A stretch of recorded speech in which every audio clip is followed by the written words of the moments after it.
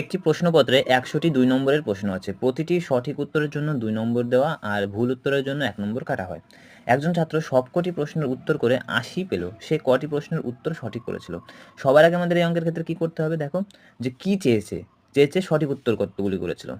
তাহলে আমরা এর ঠিক উল্টোটা ধরে নেব, যে ভুল কটা? তাহলে আমরা ধরে নেব যে ১০০টাই সে ভুল করেছিল। তাহলে সে কত পাবে? অবশ্যই -১ করে, তাহলে অবশ্যই কিন্তু সে -১০০ নম্বর পাবে। কিন্তু আসলে পেয়েছে কত? আসলে পেয়েছে ৮০। তাহলে বলো এদের মধ্যে পার্থক্য কত? -১০০ আর ৮০-র মধ্যে কিন্তু পার্থক্য হবে ১৮০। এবার একে আমরা ভাগ করব ৩ দিয়ে। এবার প্রশ্ন আসবে ৩ কেন?